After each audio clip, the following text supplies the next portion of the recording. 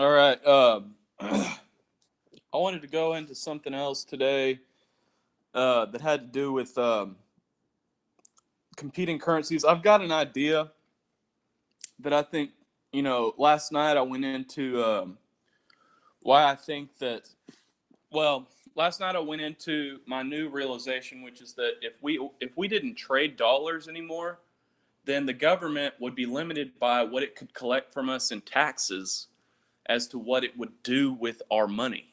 As of right now, they can inflate the currency to infinity, and there's causing all kinds of trouble on those fronts. Okay, I mean, first of all, if a government can print money to infinity, even if the people who are in power know better, I mean, can they bring their heads together as a group with all the pressure and everything else that they have on their backs by oligarchs from around the world? I mean, let's face it, people with that run entire economies of scale from around the world, including Europe and China. I mean, Jesus, we don't know who's getting the money. Okay, that's one of the biggest problems, and that's where I'm starting to realize that some of my earlier ideas are a little bit more flawed, but they still have some merit. But as they begin to evolve, I'm starting to realize how we can effectively turn this thing upside down on a much in a much simpler way, in a much more effective way. So here's the idea, okay? And here's what we do: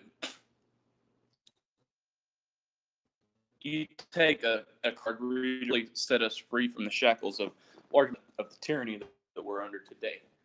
And I'm going to go into how, if we got rid of central banks, how would that really affect things? I don't think you understand. It's not just about inflation and banks. I mean, there's a residual footprint of what these people are doing to us. Okay, that's just, I mean, we don't have, we're screwed right now. Okay, so what? So the competition is getting screwed. The businesses are getting screwed. I mean, it how it affects tyranny in general. How, a lot of the laws and things that we live under are a direct result of that. And for example, the banks that launder the hundreds of billions of dollars in drug money, how are they able to launder that much money? It's because they have too much excess, okay, that they can print up at any time, and that allows them to launder $100 billion, okay, or a trillion. Okay, so they print up trillions. So here's the thing, and as the value of the dollar goes down, that amount goes up. Okay, so at one point they would print up billions and give it to themselves. Now it's got to be trillions for the same effect because they've ruined us. Okay, so what we have to do is to get. Here's the idea. Okay, I've taken 3 minutes to get into this. Okay, but it's probably going to be the title because this is really what's going to change things. A credit card reader, okay, that allows you to take a currency of any form,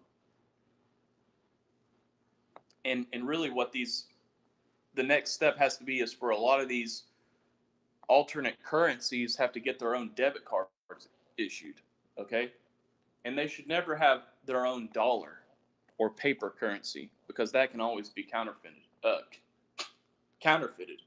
I'm sorry, this fucking washing machine's starting to bug me. I'm gonna have to turn it off for a minute. Because I'm trying to sit here and think, and I got this shit going on, and my thoughts are just too fucking complex this time. Anyways, that's worse.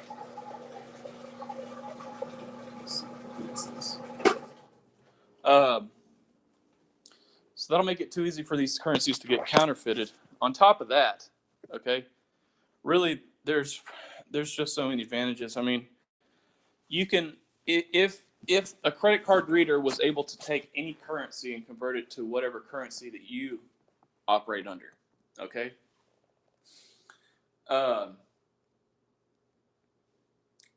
you know, it would be good for people to start, and for these companies to start redeeming those dollars as a business strategy, as a down the road business strategy, to set up little offices around town where you can go in, and if you want your money back, you got to take it in gold, you got to take it in silver, okay.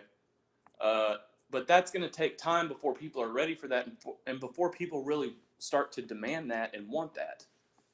And the way that you get to that point is, first of all, you've got to get these credit card readers in place where they can take any currency, any form of currency, including, you know, different competing currencies that are backed in gold. Um, and so when you get to the cash out to the cash register and you want to swipe your card and get out, um, they can, you know, they've got a credit card reader, and you sit there and go, how can that exist? That doesn't make any sense. Yes, it can happen, because we can now put a little credit card swiping machine right there by your cash register, and every month it remotely updates its software. So every month it's able to take different currencies. You see? And a system like that would really open up a lot of financial opportunities for people, because if you're able to, you know, never, you know, it's like, I don't really like holding dollars because they go down in value and this always goes up in value, and I can get everything bought with this, you know? Uh, People are going to get to the point where they're going to start saying, well, we take all currencies except dollars, you know? And that's 5 to 10 years down the road from the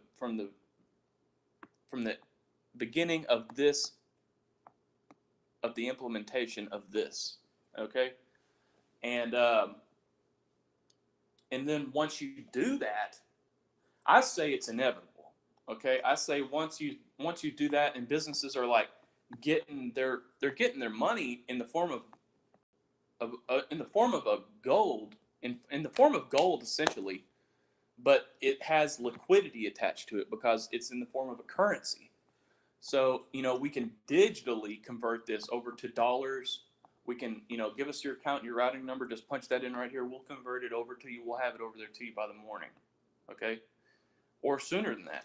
Or, you know, or you can set up a system, you know, where you go in.